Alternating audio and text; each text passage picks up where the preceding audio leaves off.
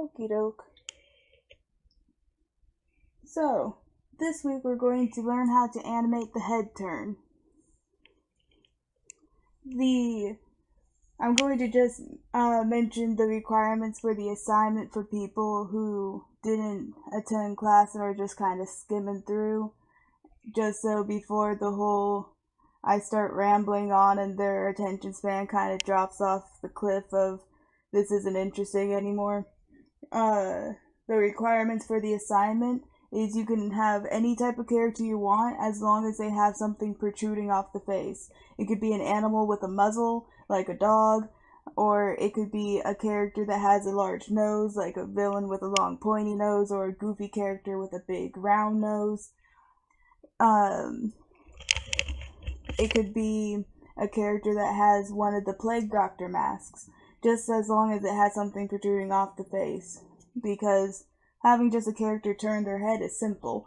Having to deal with something rotating in 3D space, that's harder. And I need to move these grapes away from me because I keep wanting to eat them, and then I realize there's a microphone next to my mouth. A normal nose is a no for this one because it has to have something that's actually going out further than just a normal nose. That way you get that extra practice with the objects moving in 3D space, because if you have just a... I'm gonna move over here and make a new layer. I always say I'm gonna label the layers I make, and I never do, because I'm always like immediately drawing after I make the layer. But I'll just do head turn example 1. Because when you have a character that's just head shape going from here to here, the 3/4 view is still very much like the same sort of angle where there's nothing really going out in this area. So it's just basically this general shape moving. And when I had to do this assignment, we had to do an actual animal. We weren't, or just like the character with the big goofy nose. No one really thought of doing a Plague Doctor mask, and I actually thought of that just, I think, in class C or D. I thought of that, so A and B probably won't have that, so that's an oops. But when I had to do this assignment, I couldn't draw muzzles or animals or really anything like that. Like, the first sketch I had was like this. It was super bad and super sketchy, and it had like a human neck to it, and that was like the best I could do as far as muzzles. Like, this is as clean as it was gonna get. But the thing that taught me how to do characters with muzzles is model sheets. And model sheets are the really fancy turnarounds that you make for characters in animated features or animated just anything, especially when there's more than one animator on the project. And for something that I've been hired for recently that should be starting sometime next month, I'm going to be responsible for making the model sheets. And so I have to make sure I do all the angles of the turnaround. So side view, 3/4, front view for both left and right, and also the back if there's anything detailed about the back of the character. And the thing that separates model sheets from just a turnaround is that there's more to a model sheet, where a model sheet will have both the turnaround and poses and facial expressions and notes on what makes this character very specifically this character. And one that does that really nicely is Nami. from Lilo and Stitch, because I think that's her name. I am so bad with names.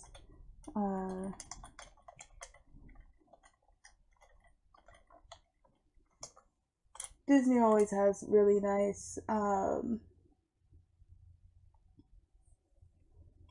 nice character model sheets. But for this one, is really nice because they make sure to go into detail where a lot of other model sheets don't. One of my favorite notes is for, I'm trying to figure out which one it is.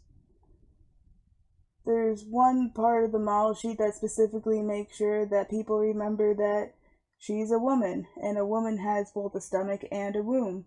And because of that little extra pouch for the womb, there's going to be an extra bump right around there.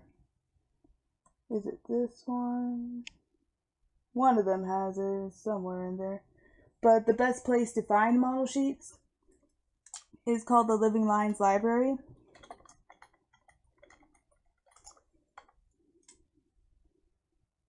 And I'll make sure to put the link to this both in the Discord chat and also attach it to the assignment in the Google Classroom as well. And for this, you can find just like pencil tests, which are beautiful and so good for reference for how people animate. Especially back in the old day when they didn't have any tricks or anything, they would just animate. And that always looks so much fluid than a lot of animation nowadays. And then they have the model sheets. And they have so many different movies on for just model sheets alone. But the one specifically that taught me how to draw muzzles and just canines in general is one of the characters from Balto. And model sheets. And that's Steel.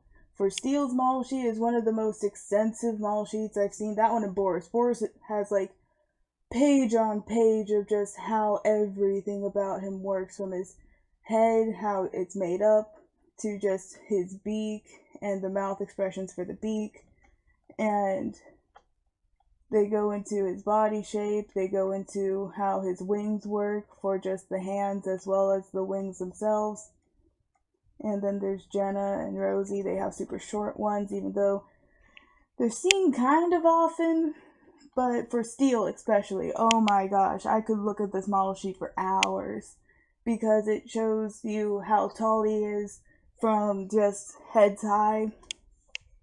And you can see they have these two circles roughly around the same size. Most animated characters, especially from this era of animation, have this method to how they draw canines and just any character with a muzzle. Because along with the Steel model sheet, I learned how to draw muzzles just in general from Steel, as well as Ratigan from The Great Mouse Detective, and Shere Khan from The Jungle Book. Those three characters, because I wanted to make a more villainous character, and I wanted to see what was similar in how people design villainous characters. So when I get into something, I really get into something and I really research it. But you have the two circles. The first circle has the whole cranium area with the eyes and the ears and all that. And the second circle is just the muzzle. And something that is very common, when I noticed that this happened in multiple characters, I wanted to see if there are any characters that broke this rule.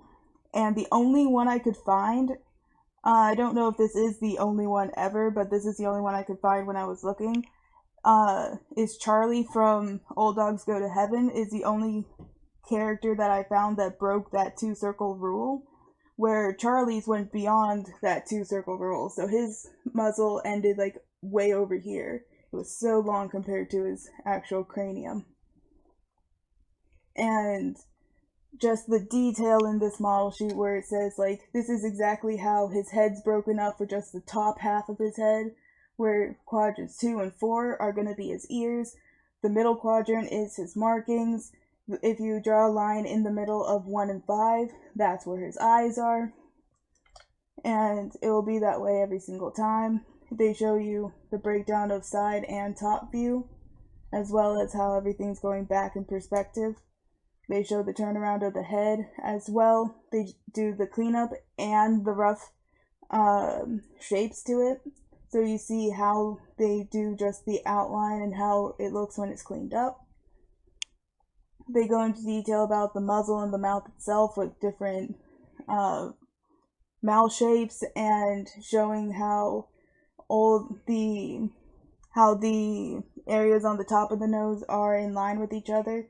Just even if it's something that's obvious like that, like of course it's not going to be like the top of his or the front of his nose is this way, then the other one's that way. It's just an extra reminder for animators so everyone stays on model.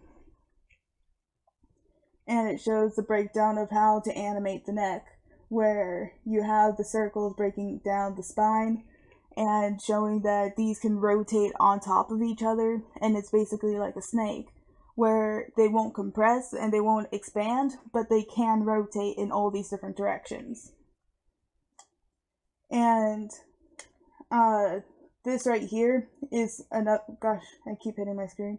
This right here is also super important for more villainous characters if you want to design a more villainous animal character, because for Shere Khan, Ratigan, and Steel all have this in common where if you cut the middle circle in half, there's going to be a bump right here. It's not just a smooth line down. They all have that bump in the middle of the second circle, and if you cut that in half, that's where the nose is. That measurement can be different on different characters. For Ratigan, if I remember right, his nose exceeds this a little bit, but the main part of the muzzle ends on that second circle. And you can see it from the top view as well, where this is cut in half, and that's where the nose is. And just going through all the different, they go through the eyes, how those are set up, the eyebrows, the eye expressions, as well as just concept art. And that really helps, just looking through those of just different movies, especially ones that you like and ones that you really want to get closer to the style of and get to like that level of having nice character design. Looking through model sheets will always help. And just learning how they did this is how animators who've never drawn these characters learned how to draw these characters. So just looking through these will 100% help people.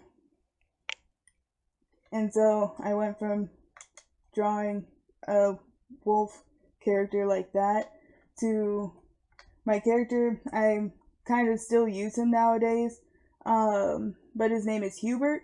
He is a rabbit who is from the 1920s. He is in the mafia, and he has a lot of the basic concepts that a lot of villain characters have, where his eye has that whole evil character butterfly heart-shaped thing to it for the bags under the eyes and just like the dark circles around the eyes. And gosh, I haven't drawn him in so long.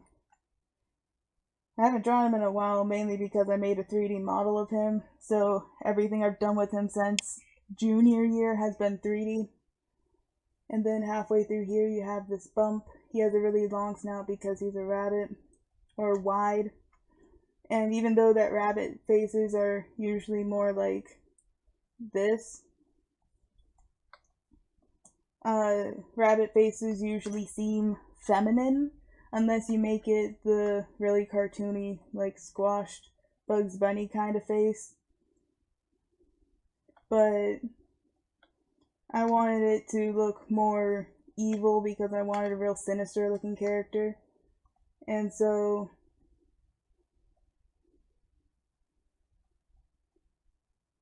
his teeth and the bottom of his chin, then he had these real long ears.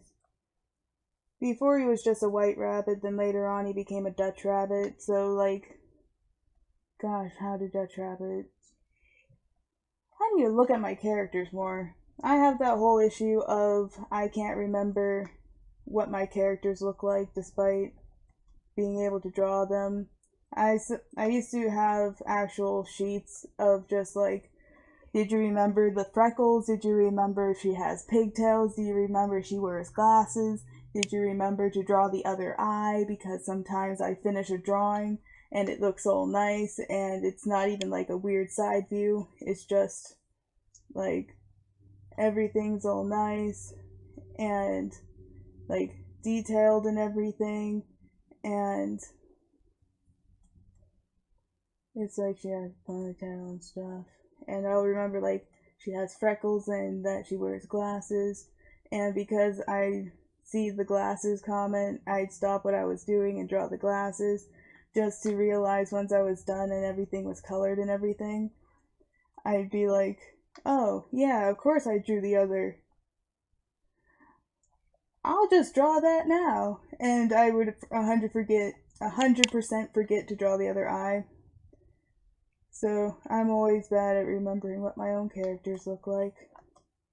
But let me get rid of this. But yeah, using the whole 2-circle rule where that's cut in half, you cut this in half again, that's where his nose starts. And because his head is so slender and not rounded off like a normal rabbit's head is, lots of people are like, is he a llama?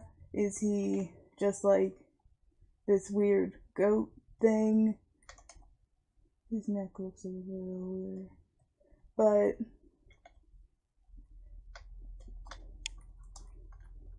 oh yeah, 100% with proportions. There's some characters that I 100% remember what their proportions are, where it's like my character Matt, she has like a gumdrop head, and for some characters I did the whole like they have a circle for the head or a shape for the head, like square head.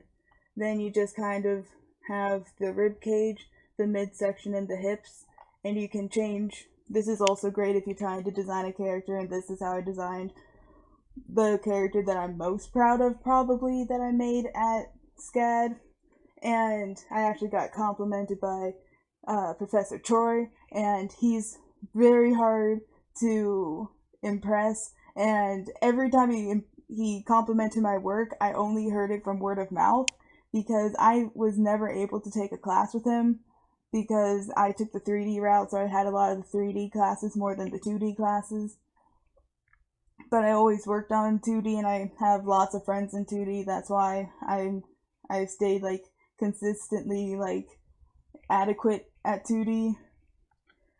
But for character design, you have these 3 circles, and to really push poses and whatnot, or not poses, to push body types, you can have large, medium, or small. And it's fun just to have this off to the side and just kind of make like a little scale or just circle which one you want. And you're like, I want the top to be large and the middle one to be like small and then the lower one to be small. So the rib cage will be large, the midsection is small, and the hips are also small. Then you can just figure out what the arms will look like that will look nice with this body type, and the legs themselves, and make that more flat. Then you just connect the head.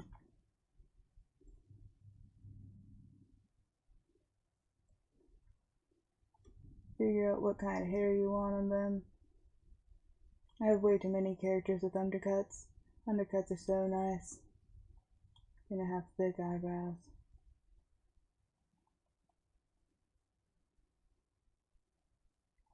Gonna have kind of a side smile. And a nose. And so he has sort of like that strongman body where he would have like the large pectorals, the 6-pack, but really thin hips and thin legs. So he 100% skips leg day. Then little squares for the hands. And that's a way to really start making, or not start making, just make characters with unique body types just by picking out different types of, or different sizes for the rib cage, waist, and hips, and just mess around with that, mess around with how long the legs are and stuff. But I used that method to make my character match. She has a little gumdrop head, and I did small, small, large. So she has like really small, hip, oh gosh dang, not hips, rib cage. She has a really small waist but really big hips. And so I don't think I've consistently drawn her the same way for like proportions, but the body type always stays the same. It's mostly the length of her is what changes. She has a freakishly long neck because I always like that on some characters. She's one of my characters many characters that have a curly undercut. She has little square ears and perfectly round eyes because she's more the old-fashioned space cadet. And that may or may not be because I kind of suck at drawing guns. I need to get better at it. Yeah, that was the one that was on Amino, where she was spinning her gun and it accidentally fired.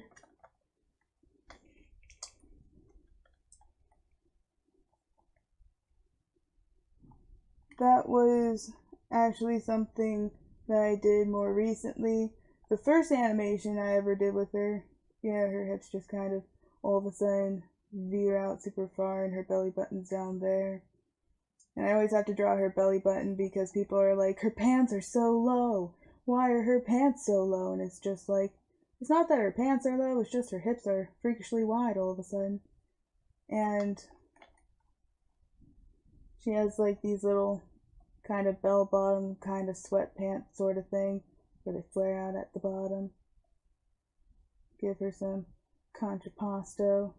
And contrapposto is the whole, you have a character, you have the shoulders going up one direction, the hips going the opposite direction, and that gives them this line of action where the hip that goes up is the supporting hip, and that's important for when we do the walk cycle, because the amount of walk cycles I've seen where people mix up the hip rotation is astonishing. And then when you point it out to them, most of them will be like, no, that's how hips work, I swear. And they'll stand up and show you, and they'll change the way they walk to match the hip rotation so it looks like they're waddling. And it's fun and silly to see. And then you have to try and convince them that no, hips don't work like that. But yeah, contrapposto is when you have a counter rotation with the hips and the shoulders, and that's how most people usually end up standing. It's an art history term as well as just a modern term that was used, but it came around in the time of when the whole Egyptian style art moved to the Renaissance European statue time of art, because before then,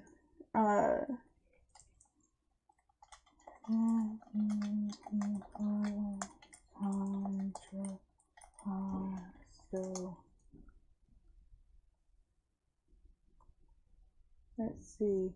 Yeah, because statues would be like this, where the hips and the shoulders would be perfectly in line with each other and they would look stiff. Then contrapposto came around, where the hips and the shoulders would be counter-rotated. It happens when people are just standing, and even if it's not the whole, even if it's not just the basic hips go one way, shoulders go the other way, it can be rotation, where when you're walking, or if you're just like twisting your body, your hips are rotating in kind of this position towards the camera, and your shoulders would be in this sort of position away from the camera. Let me make it so that's in the front. And that also works.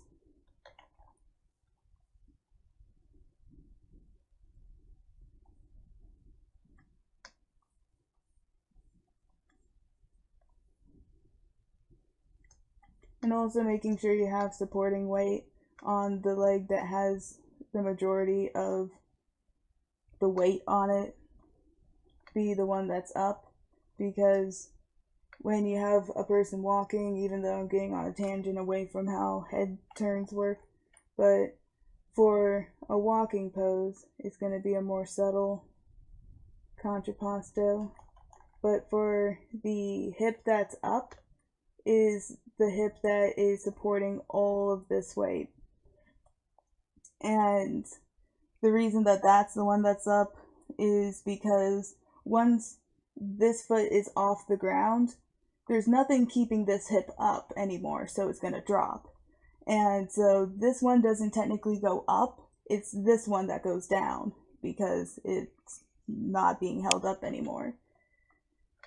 And the amount of people who are like, oh no, is astonishing, and then they get their critique from their class, and then they're like, so yeah, you were right about that. And all the people who are trying to tell them that it was like this are like, mm-hmm. It was funny because the walk cycle I did, I actually ended up doing 3 different ones because I just didn't like the other ones. So the one that I turned in, I fully in between the first half and not the second half. But I over-rotated everything. So just like their hips are rotating way too much, both like on the whole z-axis, or that would be the y-axis. So rotating this direction as well as this direction. So when my teacher got to my walk cycle to critique it, he just looked at it for a second. And this is a person who worked at Disney, so he knows his stuff. And he worked at Disney for at least 5 years, if not 10 years. He was there from like Fantasia up to or Fantasia 2000 to Lilo and Stitch, like that whole era. And Brother Bear, if Brother Bear was before or after Lilo and Stitch, I can never remember dates. But he just kind of looked at my animation and played through it a couple times, and he just kind of paused it, and he turned to the class, and I'm like, oh god, what did I do wrong? He's like, can anyone see what's wrong with this? And I'm like, oh god, it must be something bad if he's asking the class. Like, everyone can notice this, can't they? But he honestly couldn't figure out what looked weird about my walk cycle. And it was so funny because it was just like, he was just like, I just don't know what's wrong with it. And I was just like, is it because I rotated things too much? And he just kind of frame by frame through it, just like one frame at a time, and he's like, huh, yeah, that might be it. And I'm just like, oh, okay. And so I try not to do it as much as before, but I end up probably doing it just as much. But anyways, back on the subject of head turns. The character has to have a muzzle on it, so you have that, so you get to practice having something turn in 3D space, because when you have to deal with this, the 3/4 view has to deal with things out here. And you have to deal with both this rotation and this one. So from the top, it's like, there's that for beginning of the head turn. I knew it. Every time my lines just all of a sudden jump, I'm like, is Smooth Stroke on? Looks over at Smooth Stroke is on. And sorry if I'm talking really fast, I just took my ADD medication so I can make sure I concentrate.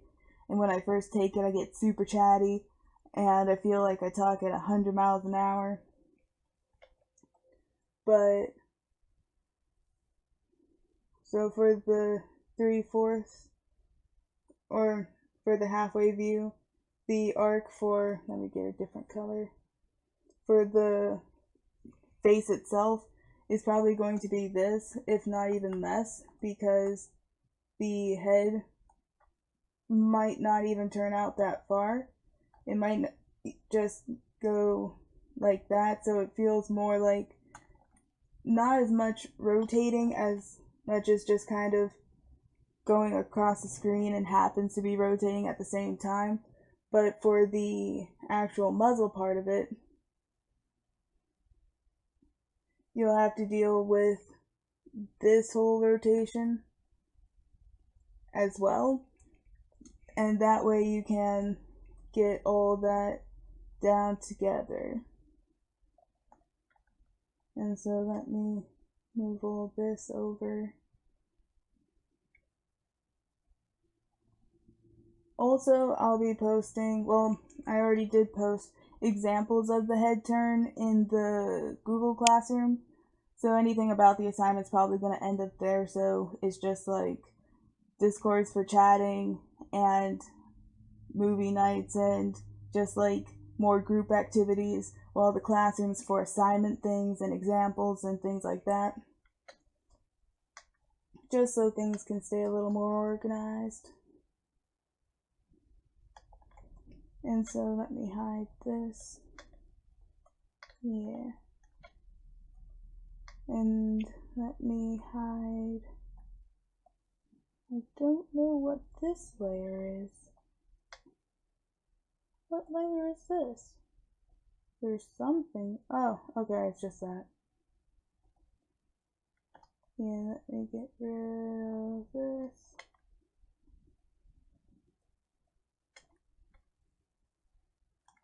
Okie doke. And so, I don't know why I kept saying that, this is already up. And so for the head turn, I'll go over the basic process of, oh, I did this on the wrong layer, didn't I? What layer did I do this on? Oops. That should be on this layer. There we go. Now I can just hide that layer. And is this on this layer? Nope, that's on a different layer too. Oh man, it is on this layer. Oopsie. I need to learn to move things to proper layers.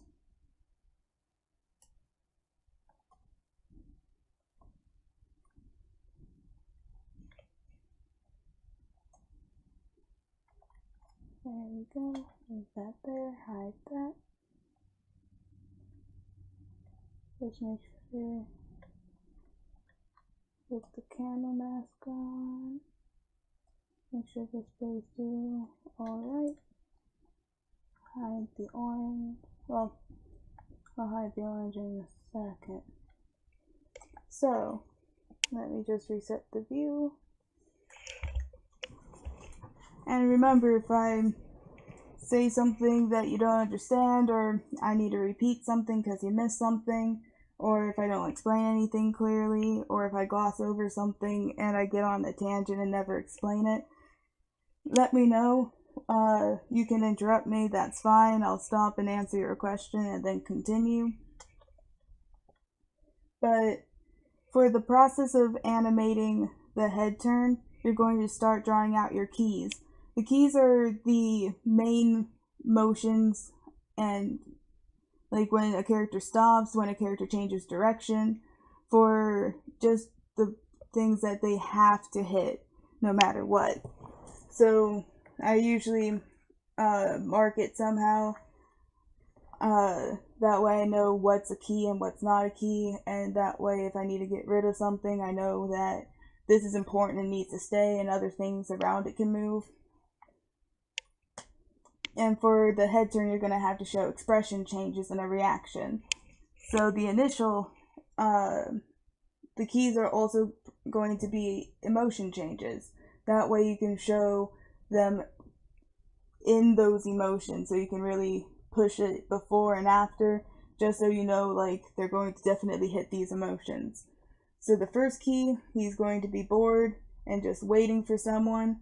The next key, he's going to be up here, and this is the reaction. He's going to hear something And if you want, you can add sound effects as long as it doesn't distract from the animation. Like if something falls off a shelf, you can add a sound effect if you don't want to have to draw in them, like something falling off a shelf. And or if you just don't want to imply it and hope the audience reads it clearly. That way it's like, oh, they're reacting to the sound of something falling, and that's why they're feeling this emotion. And I mostly just add the sound effects to things that are happening to the scene and not the character itself, because if you had like a whoosh sound for the character turning their head, it'd be distracting from the actual animation of them turning their head. So for this key, it's going to be them excited because they're going to hear something off screen on this side. Then the next key is going to be them turning. They're still going to be excited because the emotion change hasn't hit yet, because there's going to be probably 3 emotions, maybe 4, depending on what you want to do with it. Mine has 3 where they're bored and then they get excited and turn and they're still excited. And when they realize it's not what they thought it was, it's like it's not their friend who they've been waiting for, they're going to be, let me get the camera mask off, they're going to be sad and disappointed. I mostly wrote sad because I'm bad at spelling, even though I'm a college graduate. I should know how to spell disappointed, but so the main keys are them being bored and down here, them being excited and being all the way up here for the reaction, then them already turned all the way around with them still being excited, and then them reacting to what happened and them being sad. These are going to be the cleanest things that you start out with. Like everything about the character is going to be there. So if I were to go in and just clean this up, it's going to, oh yeah, for things like Flip-A-Clip, it does have the whole like only, are you using Flip-A-Clip or the other animation program on the phone? Yeah. What's the onion skin like on that? Do you get the, well, I do like Flip-A-Clip. I like the pencil tool. But is the onion skin on both sides? How long is the onion skin? Because for Toon Boom, for Flip-A-Clip, it's only the 1 frame before the current frame you see.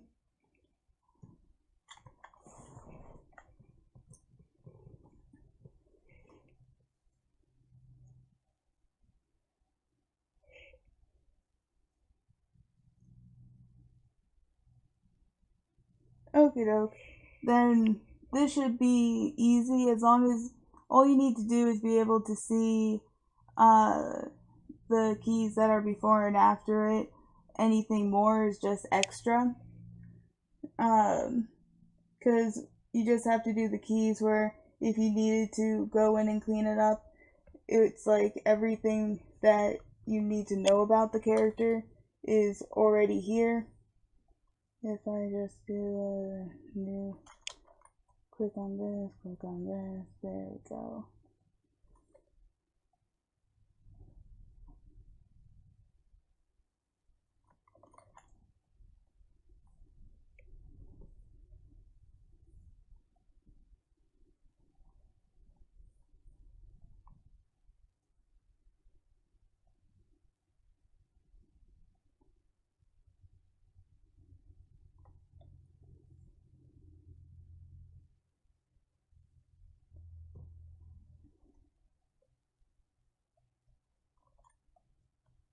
And so for this, it has all the information I would need if I wanted to go in and clean up the character. But it's still rough enough so you can see all the breakdown of it and the construction shapes of it. And when you turn in the assignment, you're going to have a rough animated version.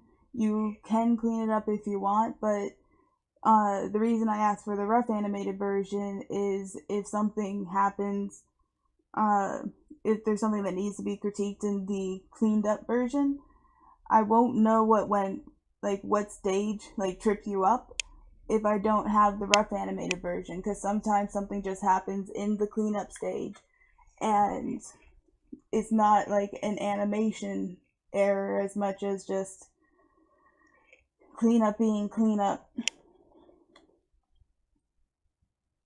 And so for the keys, they're going to have all the information you need for it, where it has the eyes, the muzzle, the mouth for easy cleanup if you need to do cleanup. And then after this, we're going to figure out arcs. There's two ways that you can go about this. One way is before you even do your keys. It's on one of these layers. One of these layers has a nice little doodle. Actually, I'll just redraw it right quick. Thumbnails are super helpful. Thumbnails will always help you with an animation. And you can just, in like a sketchbook or a sheet of paper or anything on your program itself, you just show a little doodle of what's going to happen. And it's like, oh, he's upset and bored, and he's just kind of like harumph. Then the next one is going to be him all the way up, his ears are all perked up, and he's excited, and his neck is going to have the whole squash and stretch principle, so when it goes up it's going to get longer and thinner. And then the next one is he turns around and he's still like super excited. His ears are more forward to show that what he was excited about is in this direction. And then the last one shows that he is sad, and his head's lower, his neck is thicker because it's gone down, his ears are back, and it has like a little scribbly sad face. And even though these are just really quick and not great drawings, it shows what the main keys are going to be, and then you can go in and figure out your arcs. Planning out arcs is one of the most important things you can do with an animation, where if you don't have arcs that are planned, your animation may tend to have characters moving in straight lines, which you want to avoid because it looks artificial and nothing moves in straight lines. Everything is attached to a pivot point, so your arm is attached, or your hand has the bone that attaches to your elbow, so everything's going to rotate around there. And when you have something rotating around a pivot point, it rotates in an arc. And when you don't plan out your arcs, your animation can also get really jittery. And if you have a frame that jitters a little bit, most of the time if you put like a little dot on each frame, there'll be like one frame that's going to be outside of that arc. You just move this frame down to be in line with the arc. Usually fixes the jitters.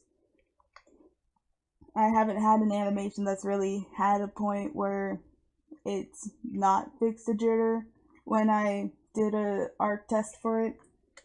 And so for thumbnails, it's like, so he's not just going to go up in a straight line. He can either curl up into that pose, or he can curl back up into that pose. And so the one that I chose is he's going to rotate up this way, then the turn going over is going to be a down arc, and then he's going to go forward and down. And because I know this, I know how to plan out my breakdowns. And the breakdowns happen after you make the keys, and they're there to help solidify arcs, as well as just figure out what the anticipation's going to be, what is going to be dragging in an animation, what's the driving force behind an animation. And the driving force in this is going to be the back of the head, or where the head connects to the spine. That's the thing that's going to be pulling the head and rotating it around. It could also be the bottom of the chin if they're going to rotate around in more of this kind of pose, and that would be good if they're going over. If they're doing an really kind of head flop over. But for the breakdowns for this, it's going to show that he's going to go down for the anticipation, and anticipation is basically a small motion that happens before the major movement that helps show the audience that the character is going to be moving. And this happens a lot when characters are running or walking. If a character is standing still, before they start walking, they're going to slightly lean forward. And a good example that I've seen recently of this is for the choreography that I did the animation for recently for one of the songs that's done by Sia. And the choreography that I referenced is this one. And for this part, a little bit further. When they're walking around, you know that they're turning because they're at this angle. And when they stop, you know they're going to be coming towards the screen because they're slowly moving towards the screen. And this happens when people walk, when people run. In marching band, we were always taught to try and avoid doing that, and it was always so hard to do at first. It got easier over time because everything gets easier over time the more you do it.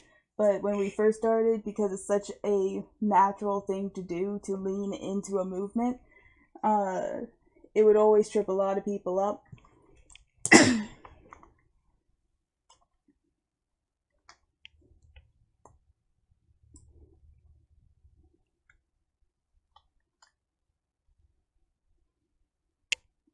I'm gonna have to message Misty Wings soon and see if they want to join Class X. But for the animation,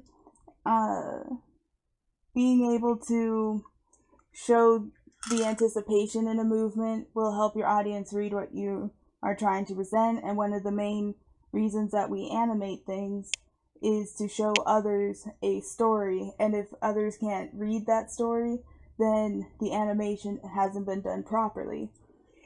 That's not the case every time, because there's always people who will ask questions like, why do they need to be a rabbit? Couldn't they be like a moose instead?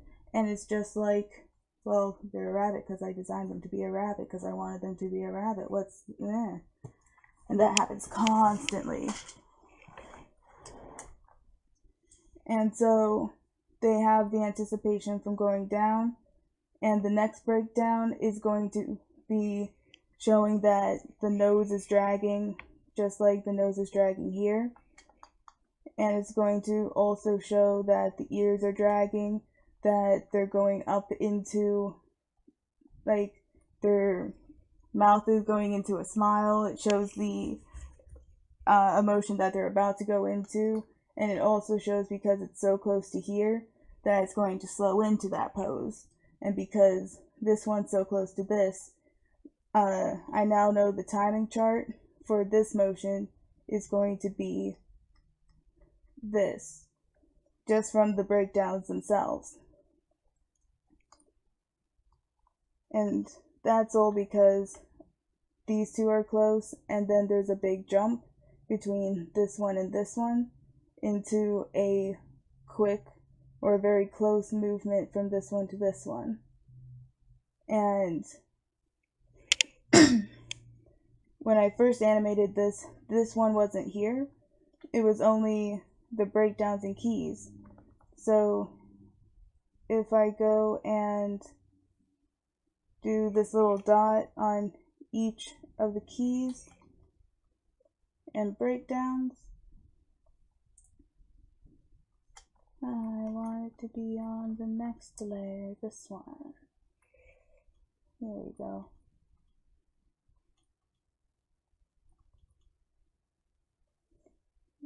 because of these 4 points, I know it's going to go down and curl up.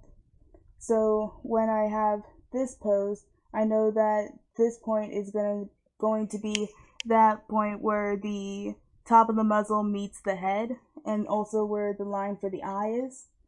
So no matter how many in-betweens I add, I know exactly where that point should be for each key. Or not key, for each frame.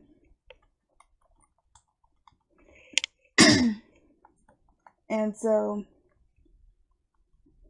for the swing around, because I know that it's going to be an under arc because I planned it out on the thumbnails, it's going to be, well, let me make it so these go all the way over here. Oh, that's just that one, then never mind. Yeah, I just drew it on this frame. But because I know that this is already going to go in an under arc, because I already planned that out, showing it's going to be easy. And so the breakdowns are going to be pretty much the middle for this one, and the rest are going to be in betweens for just in betweens showing each frame. And the order that things go in are keys go into breakdowns, go into in betweens, and then that's basically you just keep in betweening everything until everything's on 1s and 2s, sometimes 3s. But the orange is showing what was there when I was first animating it, because I don't want to have to deal with the entire character all at once. I only had the circle for the head with the crosshair and the neck. That way I didn't have to think about the arc for the eyes. I don't have to think about the ears or the nose or anything like that. And so for the whole swing around, it's only that simple shape. It helps me figure out the arcs, it helps me keep consistency, and I can just easily go in for going from here to the breakdown, which is here, up into here. I know that this is going to be the general arc that everything's going to travel along. So because this one goes up a little bit then down, I now know that this, let me get that one and that one. I now know that this frame has to go down more so this crosshair meets this arc. And so because I have this arc, when I added the in-betweens here and here, I already know exactly where everything has to be. And so that makes that movement all nice and fluid and smooth.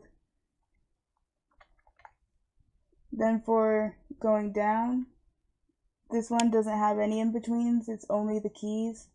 But because I had these 2 keys, it's not just going to go straight down. I could have either gone this way or this way, but most arcs won't have an S curve, it's only a C curve. Some motions, when you combine them, like for the pendulum swing, it was this C curve, or it was this C curve when it started moving along, and then when it got to the stopping point, then it became this C curve, and that together made an S curve. But for the main motions of things, it's only going to have a C curve. And so when I make the breakdown, I can plot out that point and show that it's only going to be a subtle C curve, and the timing on it, because this is going to be the middle point.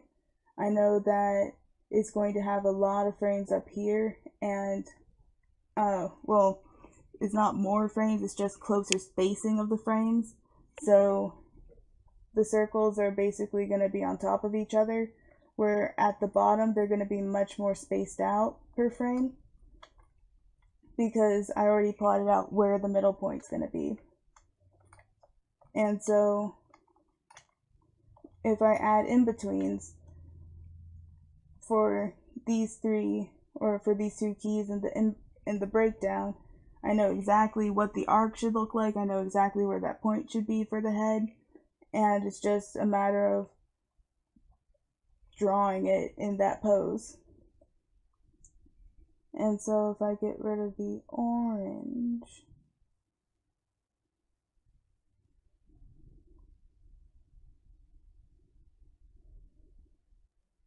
it has the smooth motion to it.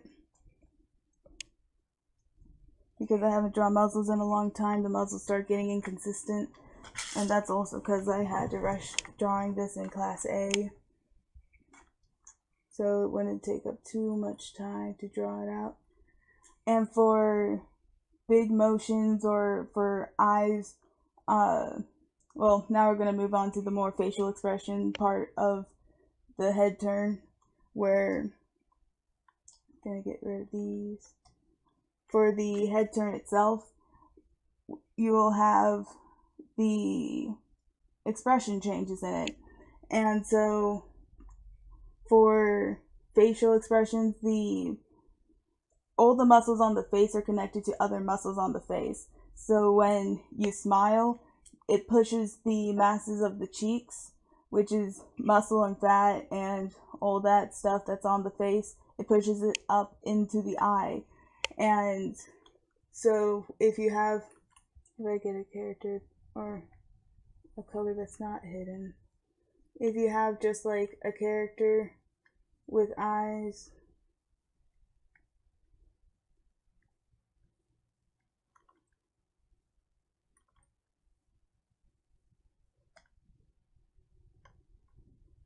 and you have a character that looks like this,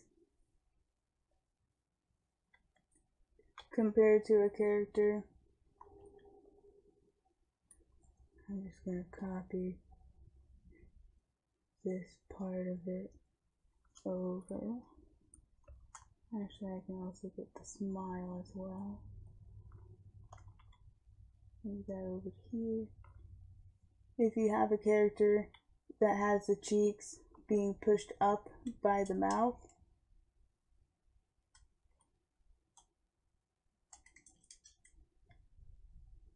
and if you have, like, if it's a more sincere kind of smile where they're more calm, and then like an excited happy, where they're just like happy to see someone, the top of the eyes will mirror what the eyebrows are doing, and vice versa. What the eyes are doing, the eyebrows are going to be mirroring, because they work off each other. And because the expression is going to have eyebrows like this, then the eyelids themselves are going to start going down a little bit. And that has more emotion in it than, will have more emotion in it than if it was just this. And this helps push the expressions and really helps make them readable. And one of the biggest things that people forget with facial expressions is, or specifically blinks, is that the eyelids and eyebrows work off of each other even while a blink is happening. The eyelids are going to pull the eyebrows down, and when the eyelids open, it's going to push the eyebrows back up. And that happens not just in cartoons, but in the real world as well. Like if you barely touch your eyebrows and you blink, you can feel like a small twitch in your eyebrows.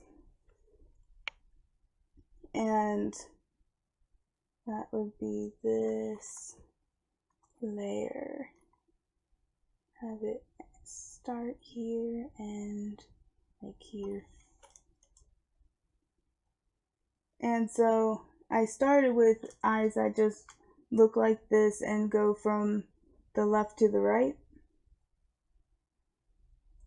But I realized that it didn't feel pushed enough.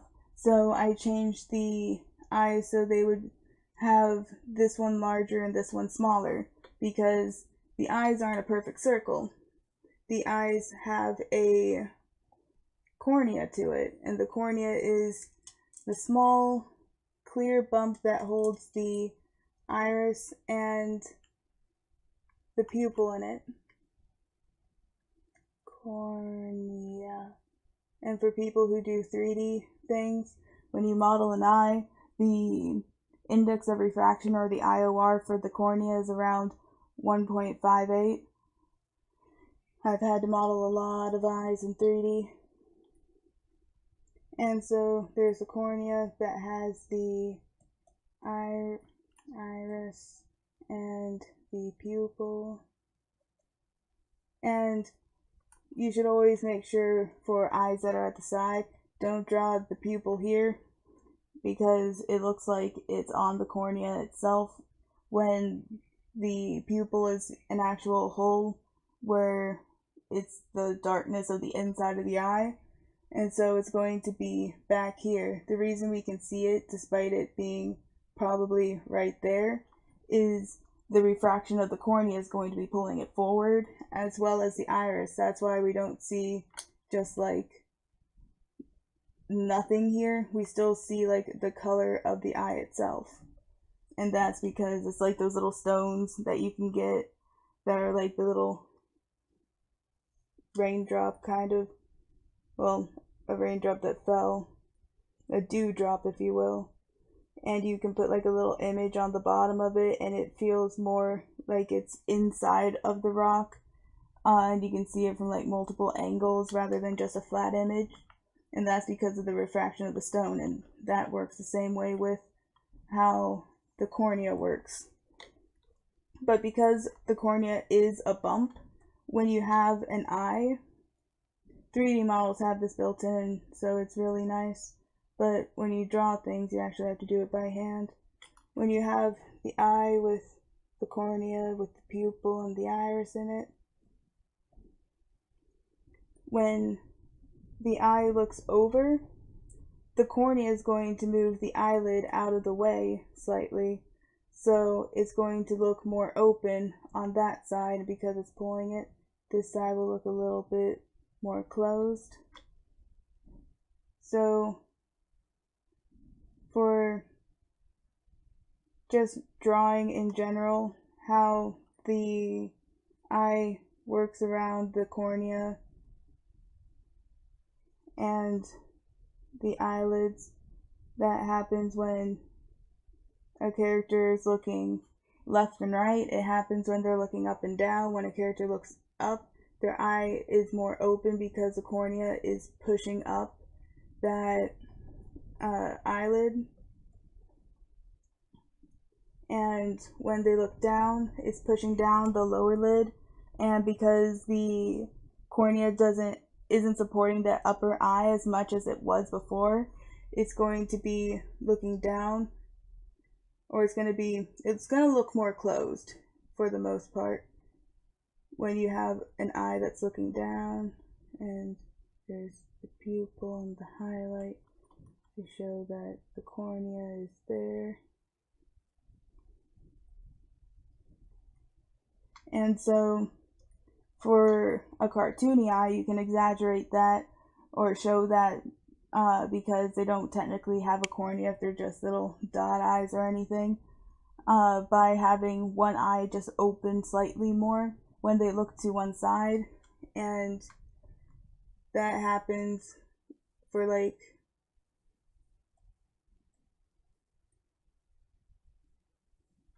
this becomes more expressive than if it was just this, because it is pushing that idea that the eye that it's looking towards feels bigger, and it does it by making this one larger and this one more squished. And because this one's larger, it's following this curve. Because this one's becoming more spot, the eyelid's going to be following this curve. It could also just be like this. So for the eye blink itself,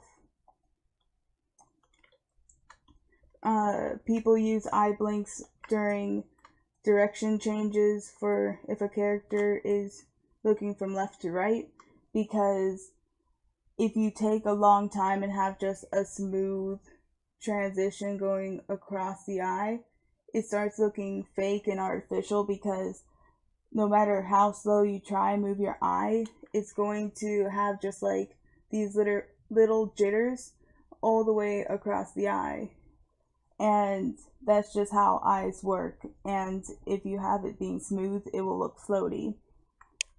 So to help with that, so it won't have to be like, oh, just a 2 frame move and it's already on the other side. To lengthen that, you can have a blink where it's a nice slow like eye open, so you can have a character just peering over at someone.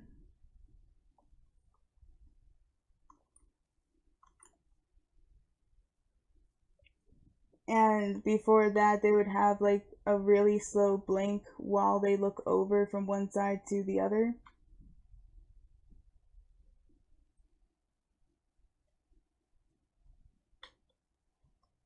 And that can make it feel more dramatic. It can help read, or it can help portray the emotion more. And so that's why I changed the eye from this to this, just so I could have that extra bit of movement in it. And I accidentally moved these irises a bit. Let's see if I can undo until that point. Probably not. No. Oh wait. Yeah, there it is. So I can just get rid of this stuff again. And so when it goes from one side, it has 1 frame closed, 2 frames open, and this is something that I do. It's not something that many people do. I wish more people did it. Is that when I make the eyes open, I open them a little more than the initial pose. So it has like a little extra bounce when it gets into that initial pose. And I do that on both sides. And so when it plays out, you can see the eyes start to move over when the eye starts to close. And if anything, I should make this darker so it's more apparent that the eye is closed and that both eyelashes are. Yeah, I'll do that on the other one as well. Oh wait, that's right. For Toon Boom, when you have a layer that's copied or a frame that's copied on the timeline itself rather than the image itself, it updates both of them, and that's always handy.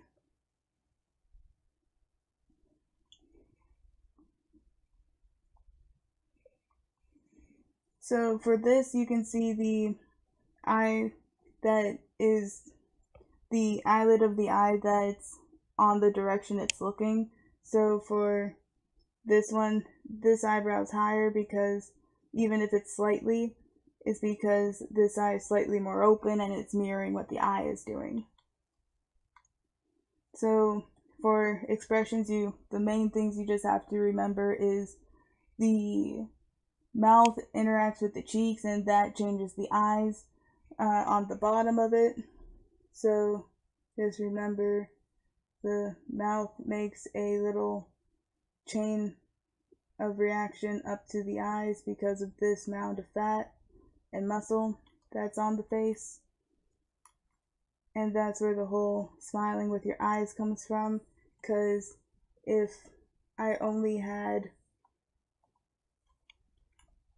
this part of a character and you had no other parts of the body to go off of, you can guess pretty easily, unless there's like a weird circumstance to it, you can pretty much guess that this character is going to be smiling, because you know that these mounds are being pushed up either by like a wince or by a smile, because both like a wincing mouth where the mouth itself is being pushed up is going to make that cheek reaction going up into the eyes, as well as a smile, and that the eyebrows are going to affect how the top of the eyes work. So if someone's upset, the eyebrows are going to be pushing the lids down further. If I get the cutter tool.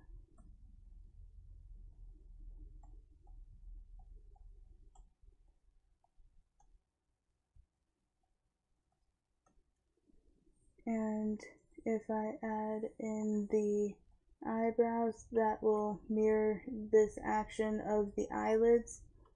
It becomes much more expressive than having a character. Let me move this off to the side so I can add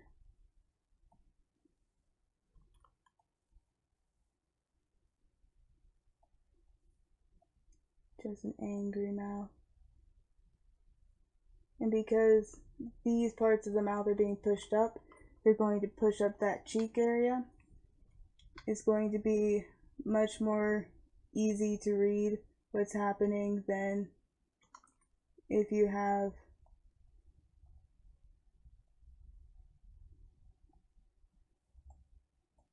just this, because for this face it's nothing's reacting to anything, so nothing's matching and nothing's really reading. But for this one, it has the cheeks reacting, it has the eyelids and eyebrows reacting, and so that's really pushing the expression.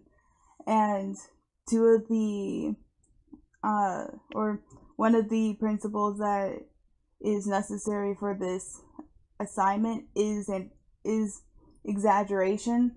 So I want to see the expressions exaggerated, I want to see the poses exaggerated, really push the movement itself. Don't just go for the average, just I'm gonna rotate my head. Put more story into it.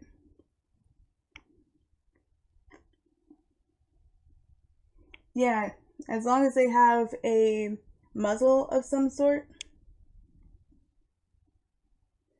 Could you actually post a picture in the chat itself? That way it would be faster than if I would have to go and search for it.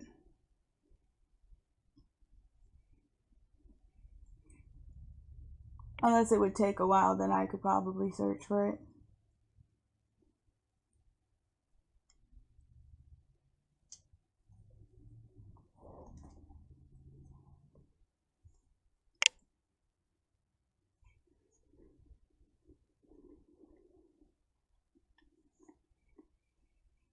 But yeah, you can add accessories to the character, like earrings, piercings of any sort, a necklace.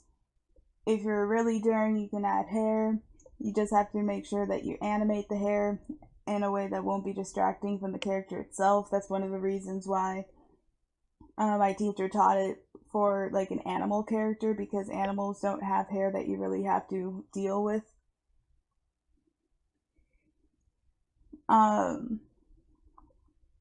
You can have anything happen after the head turn happens.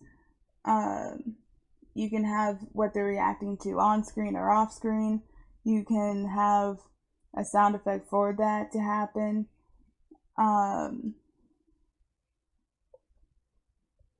Make sure that you do the character or draw the character from at least the shoulders up.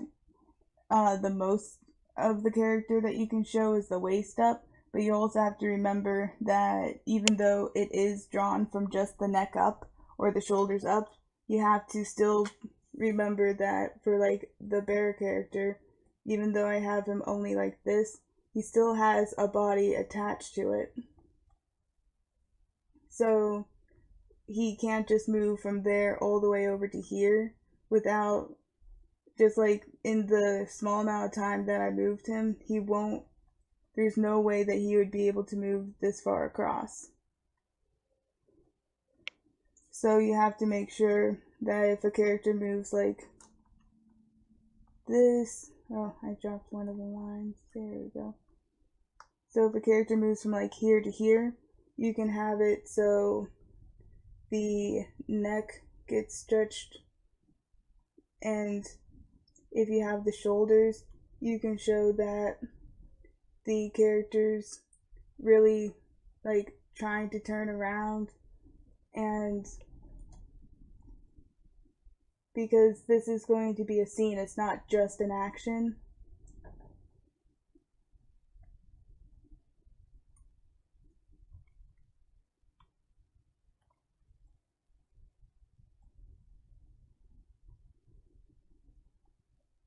And this way it's more plausible that a character is moving, because if this was an actual scene in an actual story, you would have to still have the continuity for they're still standing in the spot.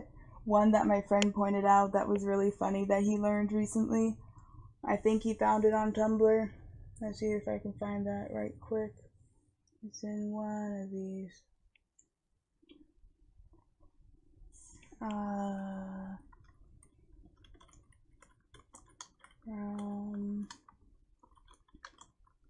Or has image.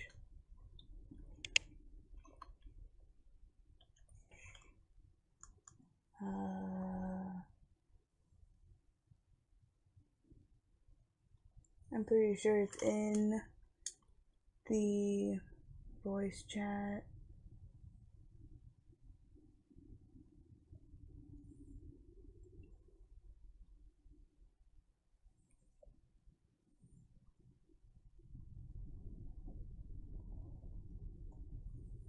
We talk a lot about wolves and just characters in general.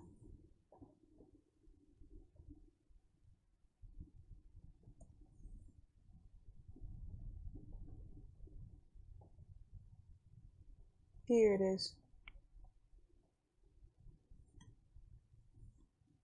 For this image, it's really funny because in this scene in The Lion King, she never moves from her rock, but he's way over here when she grabs him. So her neck is going to technically have to be this long because she never moves. And it's just things like that where you can pull it off for the first time someone sees it, but over time people are going to realize that that person is probably stretching in a horribly contorted way so this movement can take place. And I'm actually just going to open the link and copy this into the chat over here just to show people.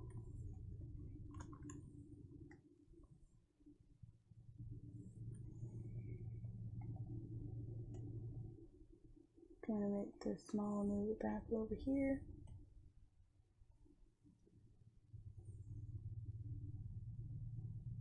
So Saze, for your character, how would I find them if I were to look them up?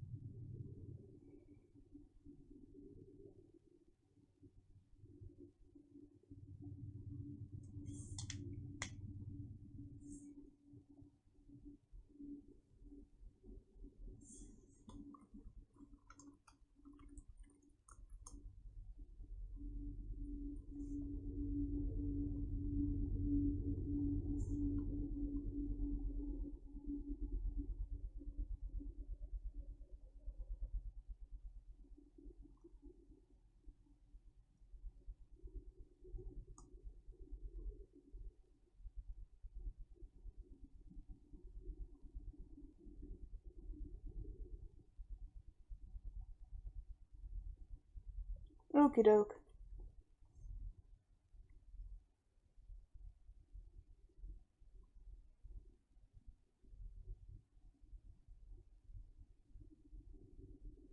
But yeah, he can work because he has that big nose that can move across the screen.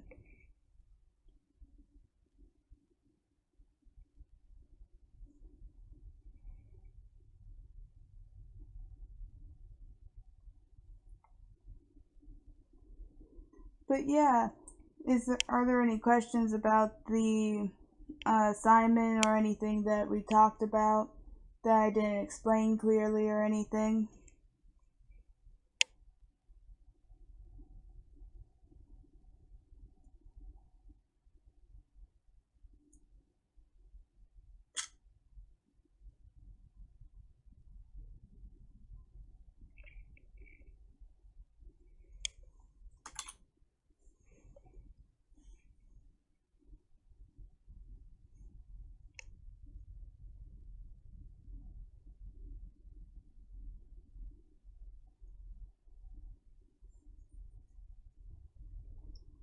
Because if there aren't any other questions, then I can do the critiques for the assignment from last week.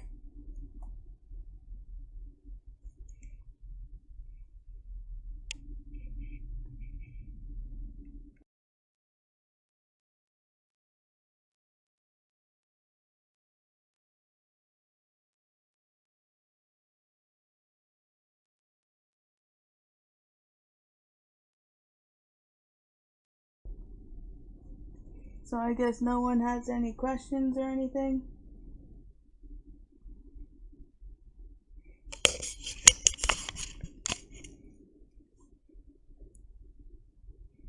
Okie doke.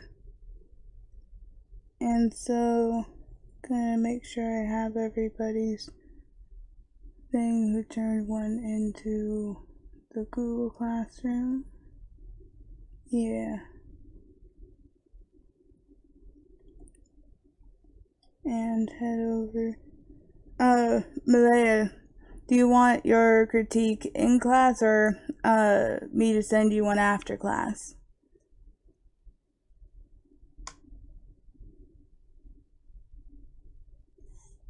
Okie doke.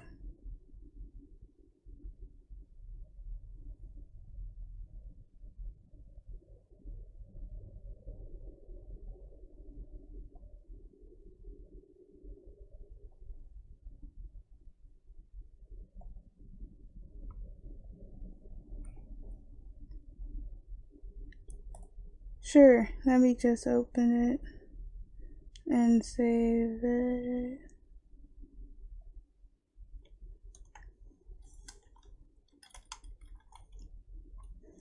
Then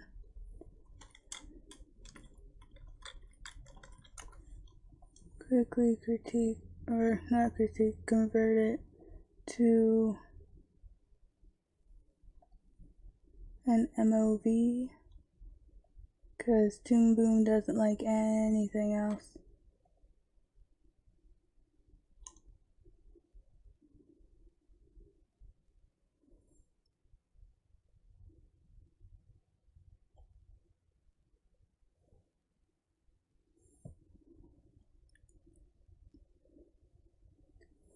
Then I'll open it up in here. Gotta move this over to there. That would be helpful.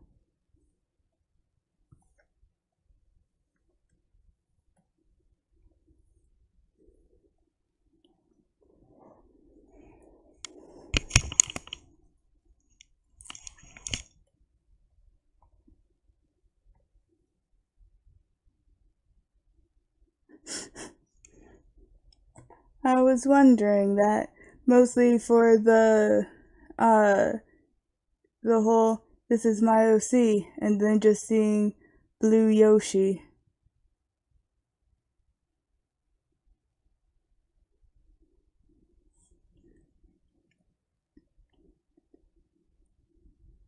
Okie doke. So I'll critique Malaya's first and then do the other one.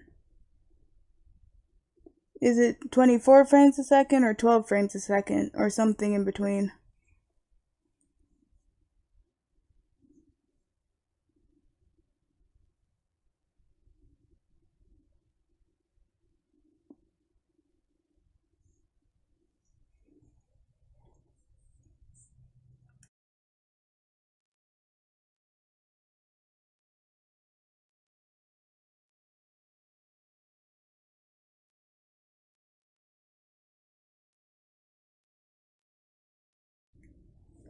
No worries.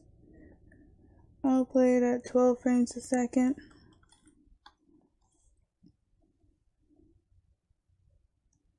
It usually runs slow the first time through.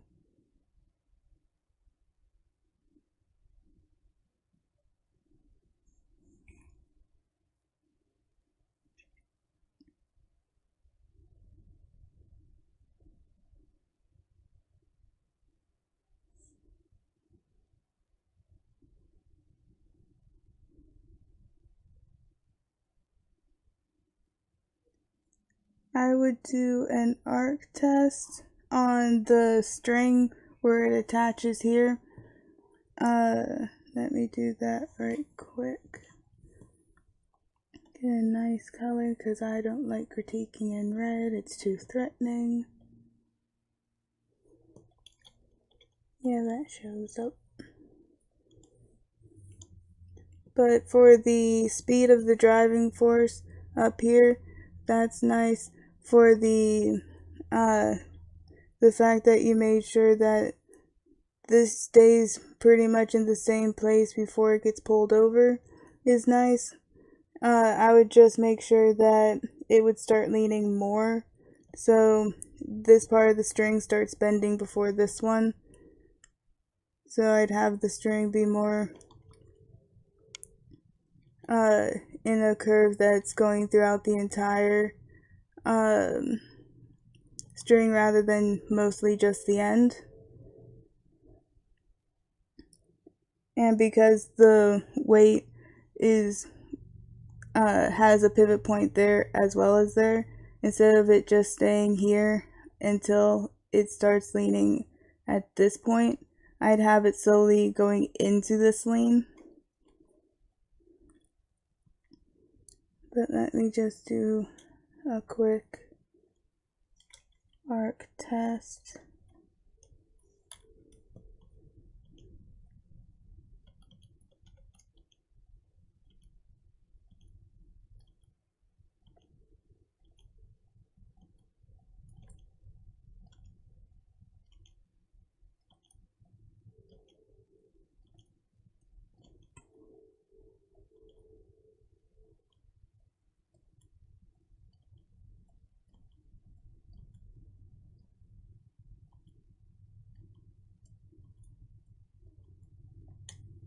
And so for this one,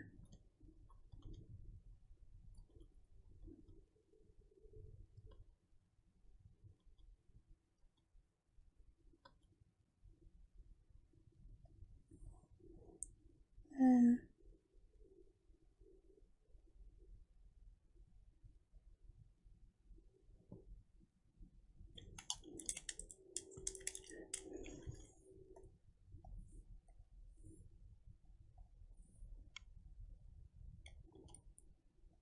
the arc is a little bit off. It shouldn't go straight up and over.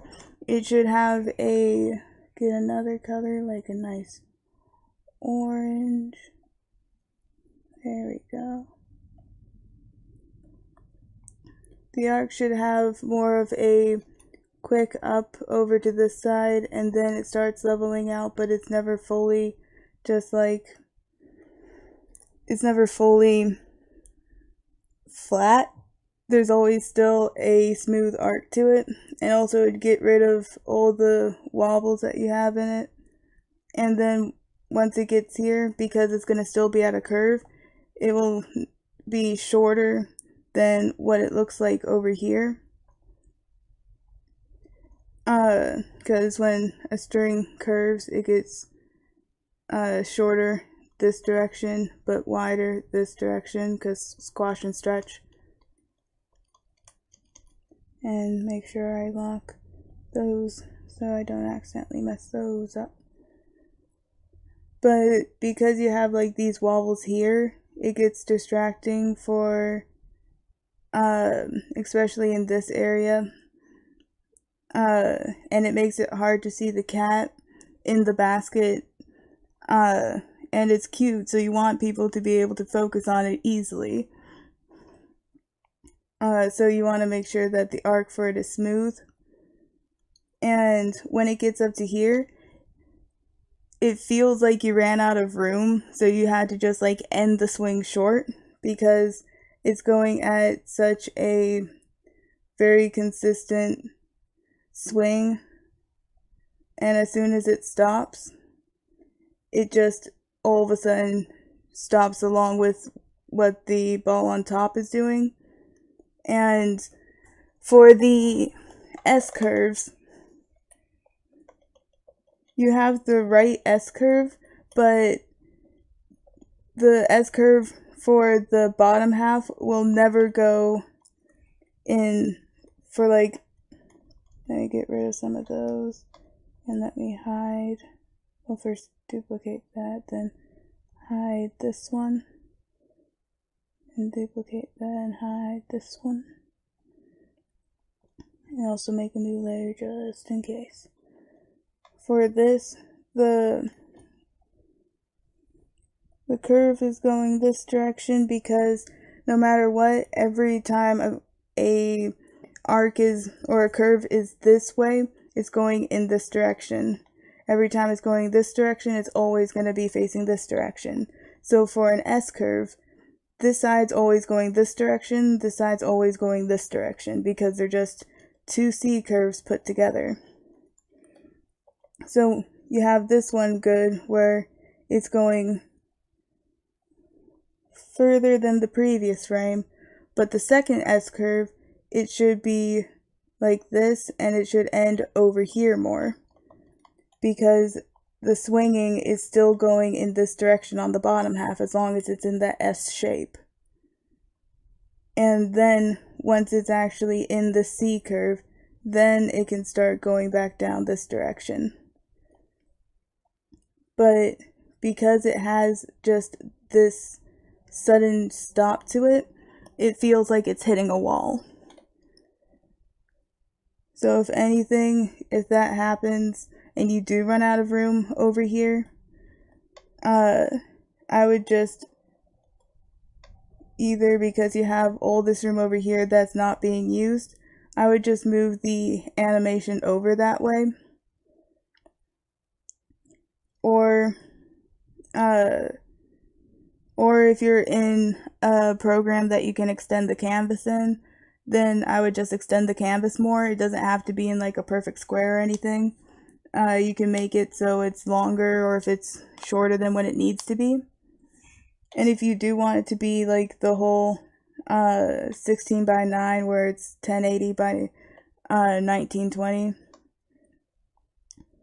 you can just extend the canvas equally on both sides, so it goes bigger this way as well as that way. And so you just have to be careful with this S curve. It needs to still keep going up this way while this way is going down this way.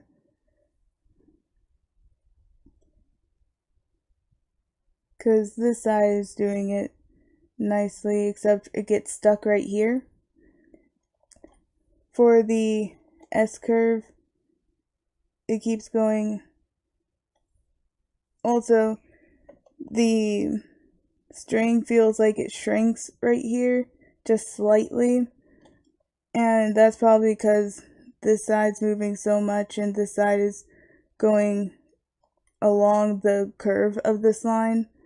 So if it starts here, it would still be over here up until this one, and then it would start going back in the other direction.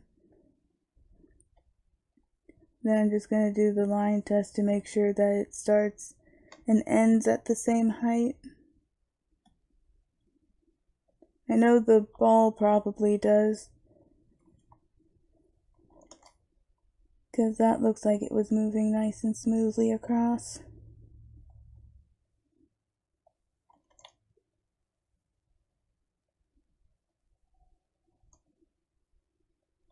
And then hit F5. Yeah, that's nice. That was a very common mistake that a lot of people had. But you actually kept all of this consistent, which is nice. You just have to make sure it doesn't just warp into this.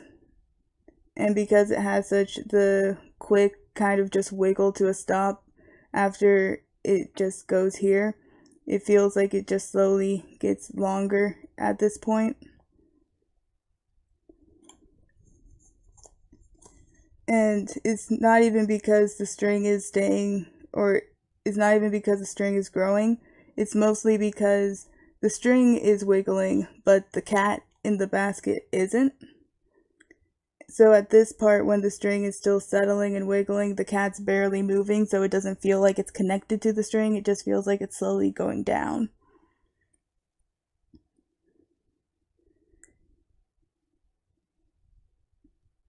Also make sure the cat doesn't grow, because that's the only thing that changed sizes, because that's the top of the head, that's the top of the ears. So the top of the head goes from this line here all the way up to here, and the ears go from there up to here. So when you have extra things on the assignment, you have to make sure they also don't start warping. Keyboard slipping off my lap. But other than that, you have the main concept of just like how CNS curves work. Down, you have the right S curves going in the right directions. Just make sure that the bottom of the S curve keeps going in that initial direction.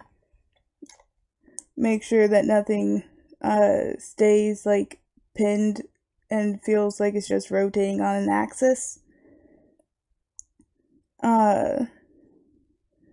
And that's pretty much it.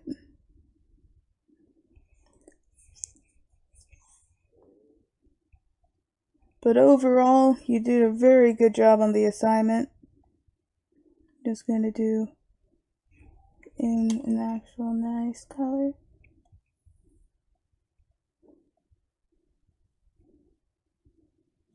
Just, even though we don't have gray, just gonna plop that there. And make sure I save it just in case my computer decides to die. I'm gonna put all this in a group and name the group.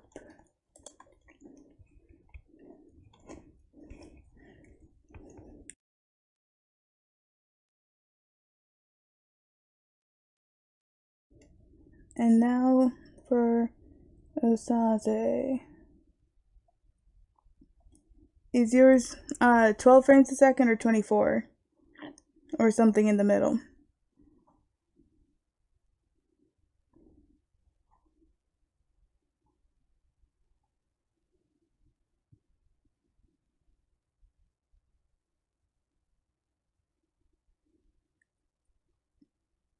Okie doke.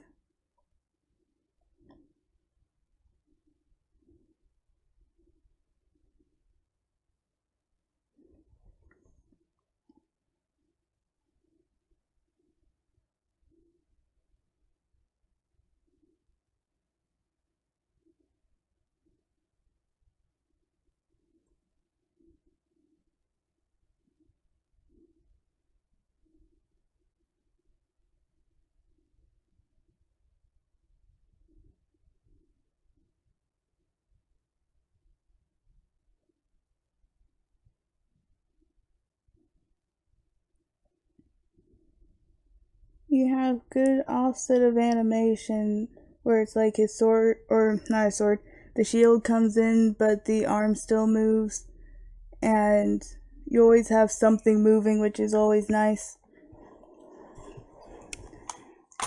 The only thing that I see is that the run feels a little bit floaty, and that's mostly because the foot feels like it's just falling off of. Let me make a new layer where it just goes from this pose straight into this pose, and that pose feels like it just keeps growing, so it doesn't change from just going from here into that pose. So I'd have it that you still see just a pose of the toes actually bending as the foot rises up. Oh, I thought I locked that layer.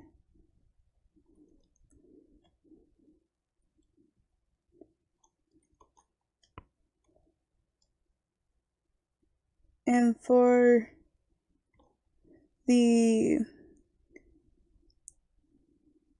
I'd also have it so the character shifts their weight a little bit over to this side before they pick up their foot, just so they have that like extra stability to it.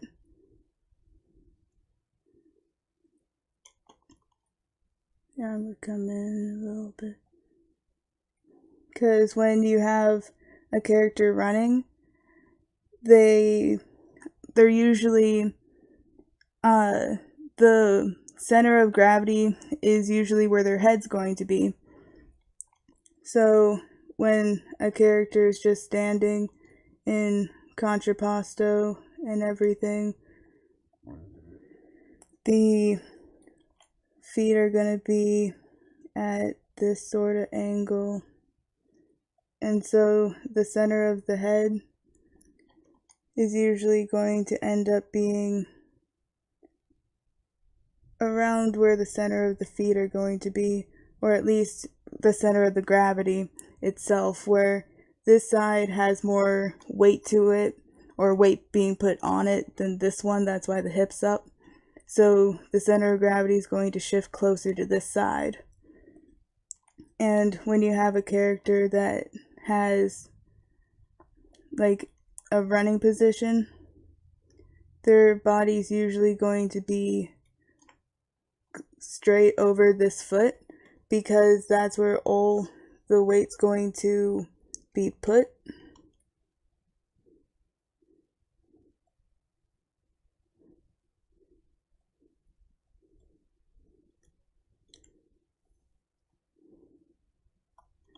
This person needs to be over just a little bit more. Because when it's just completely over like this, it feels like they're falling that direction.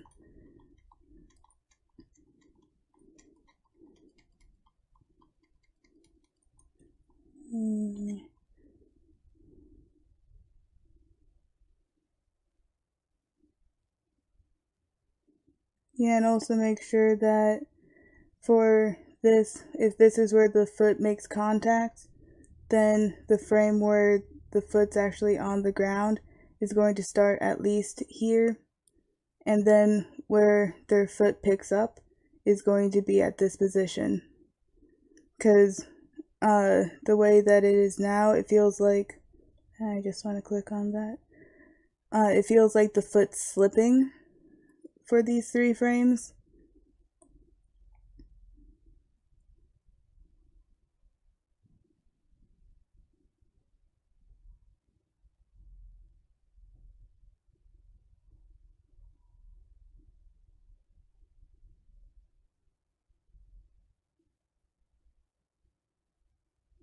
Your arcs are nice.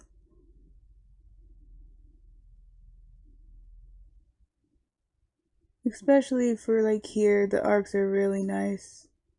And you can tell that they're like pulling something out. The smear that you have right here is really nice. The characters' proportions stay pretty consistent. At least to the point where you're like, it's easy to be like, yeah, this is the same character. The head might grow a little bit as it goes on, unless they're leaning over a lot, so like their body goes up to here underneath where their head is. Because for like this part where the circle is about the same height as their torso, but over here when they start running, the circle for their head is bigger than their torso by quite a bit.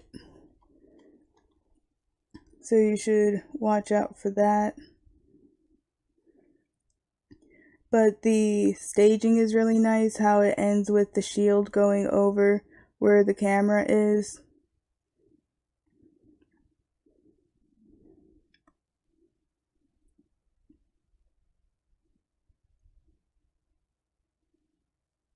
Yeah, you can have for them to shift their weight. Yeah, but for if the head is leaning over the body, the it would be that the where the body is will be probably foreshortened a little bit, and then it would still have to end way up here.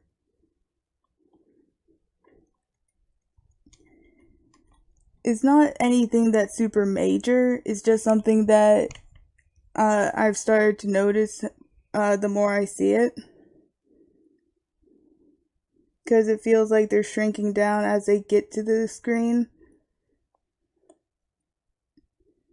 But for helping them get over to, like shift their weight over to this foot before they start running, that could happen as they put their arm down, where they already start shifting their weight closer to this side in these 3 frames.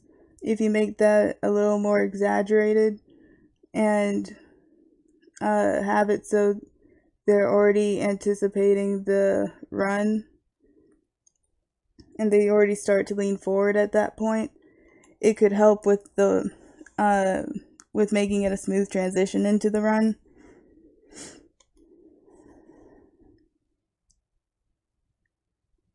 And usually when people start running, when their feet hit down, it's going to be the if I can draw, gosh, I need to draw running poses more often. It's going to usually be towards the center of their stride. That way the body already has like the same, the majority of the body doesn't have to move side to side to help keep that balance. It will already have the balance that it needs just from the feet moving rather than the rest of the body moving. And the body prefers to have as little movement as possible when it works. But yeah, other than that, I don't really see anything.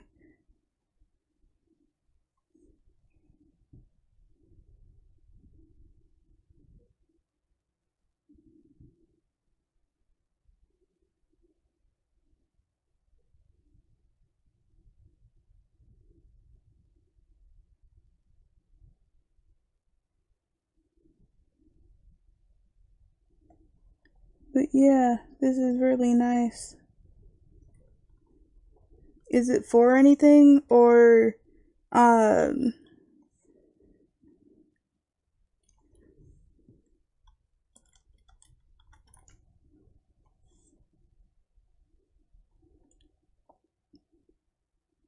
no problem. But are you making this for like anything that's like a whole animation, or is it just a character test sort of thing, or something you did in your spare time?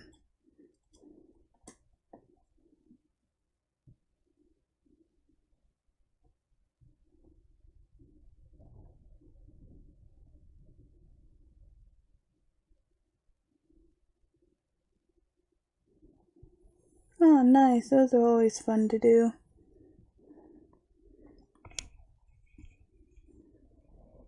But yeah, everything in this looks really nice how you have it right now. I would say this would be a very successful character test.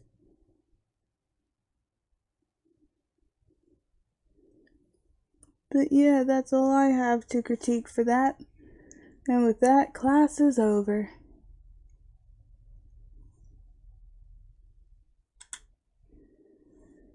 I will see you guys next week.